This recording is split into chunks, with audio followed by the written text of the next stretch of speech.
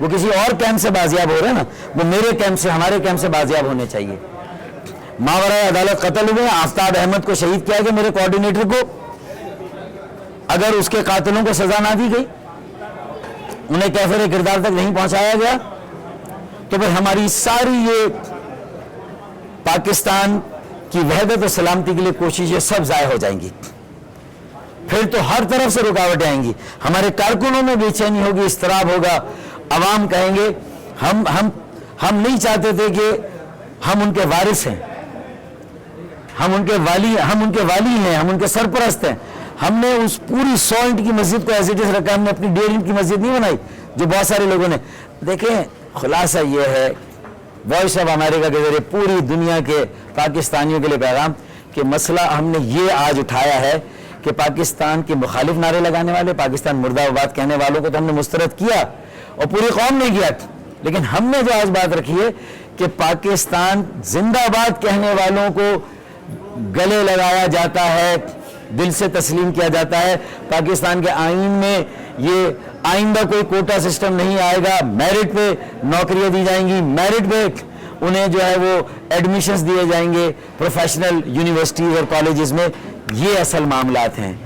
انہیں پانی کے بلدیاتی جو ان کے اختیارات ہیں، وسائل ہے، بلڈنگ کنٹرول ہے، واٹر اینڈ سیوریج، جو پانی کے مسائل، سینیٹیشن بورڈ، یہ سارے اختیارات وسیم اختر صاحب اور ارشد وورا کو دیے جائیں گے۔ یہ سارے ماسٹر پلان، یہ ساری چیزیں نیچے دی جائیں گی۔ اصل یہ ایشو ہے، اس ایشو پر بات کریں۔ میرے خیال میں عام آدمی بہت باشعور ہے، اور ہماری کیمپین جب چلی تھی نا تو تبھی سے عوام میں سے نعرے آتے تھے کہ اب اپنا صوبہ بننا چاہیے۔ تو یہ صوبے کی آوازیں کیوں آتی ہے بھائی؟ احساس محرومی ہے، احساس بیگانگی ہے، تنہا کر دیا جائے، دیوار سے لگا دیا جائے، بنیادی حقوق سے محروم کر دیا جائے۔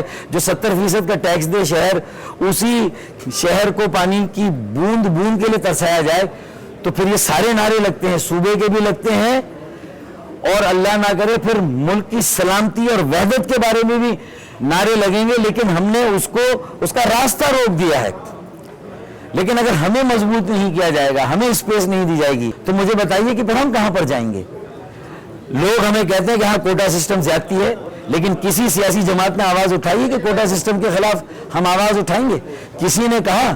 کوئی ساتھ نہیں کھڑا ہوتا۔ لیکن اگر ایسے نعرے لگ جائیں تو سب پیچھے پڑ جاتے ہیں ہاتھ دھو کے۔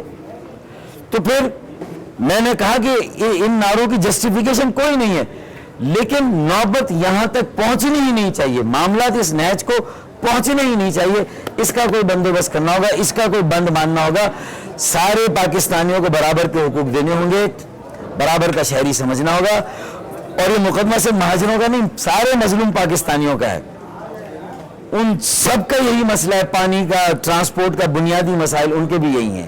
ہم نے 23 اگست کو جو فیصلہ کیا ہے اسی کے مطابق جو بھی کل ہماری پالیسی ہوگی، جو فیصلہ ہوگا وہ کل ہی انشاءاللہ ہم بتائیں گے۔ آج ابھی اس پر ایک آخری راؤنڈ ہے صلاح مشورے کا، پہلے ہم وہ کر لیں، پھر کل انشاءاللہ اسلام آباد میں بات ہوگی اور وہیں ہم اپنے فیصلے سے آگاہ کریں گے۔ پاکستان کے آئین میں بھی ریفرینڈم کا ایک طریقہ ہے، ہمارے آئین میں نہیں ہے، پھر بھی اگر کرا دیں تو اس کو کیا بعد میں پھر چیلنج نہیں کیا جائے گا؟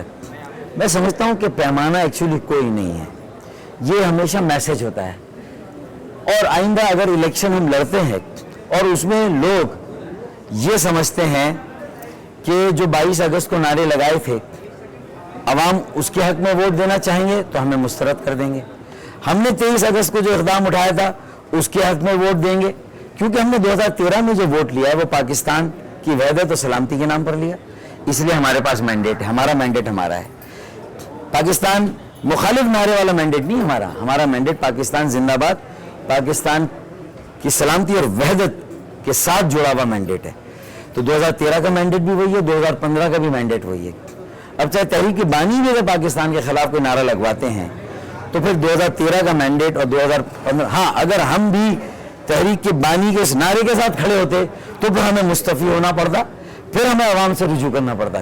یہ بہت سارے لوگ گمراہ کر رہے ہیں، تو ہم تحریک کے بانی کے ساتھ نہیں کھڑے ہوئے نا بھائی، ہم تو ایم کیو ایم کی جو جسٹ ہے، جو اس کی روح ہے، اس کا نصب العین ہے، ہم تو اس کے ساتھ کھڑے ہیں۔ تو مینڈیٹ تو اس روح کا ہے، اس نصب العین کا ہے، تو پھر ہمیں کیا ضرورت ہے ابھی کوئی ریفرینڈم کرانے کی، کسی سے رائے لینے کی؟ ہمیں دیکھیں اگر خطرہ ہے تو انتہا پسندوں سے ہے، دہشت گردوں سے ہے، قلعہ تنظیموں سے ہے، بنیادی طور پر ہمیں ان سے خطرہ ہے۔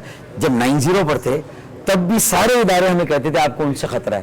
6 دہشت گرد ایک مسجد سے پکڑے تھے، کسی انتہا پسند مذہبی تنظیم سے تھے، ہمیں ان سے خطرہ ہے۔ اور آج میں نے اپنی پریس کانفرنس کہا ہے کہ ایسا تو نہیں کہ یہ ایم کیو ایم کو دیوار سے لگا کر یہ یہاں ایک ویکیوم کریٹ کیا جا رہا ہے اور کراچی مذہبی انتہا پسندوں کے ہاتھوں میں دیا جا رہا ہے۔ یہ صرف الطاف حسین صاحب ان کے بیانات کا معاملہ نہیں ہے، اب جو ہو رہا ہے اگر اس کو نہیں روکا گیا تو پھر یہ طے شدہ بات ہے کہ کراچی کو مذہبی انتہا پسندوں اور دہشت گردوں کے حوالے کیا جا رہا ہے۔ تو ان سے ہمیں خطرہ ہے، ان سے سیکیورٹی چاہیے، اور یہ سیکیورٹی حکومت سندھ نے ہمیں دی تھی 9-0، اب یہ منی 9-0 ہے، یہ ہمارا عارضی مرکز ہے، یہاں بھی سیکیورٹی ہونی چاہیے۔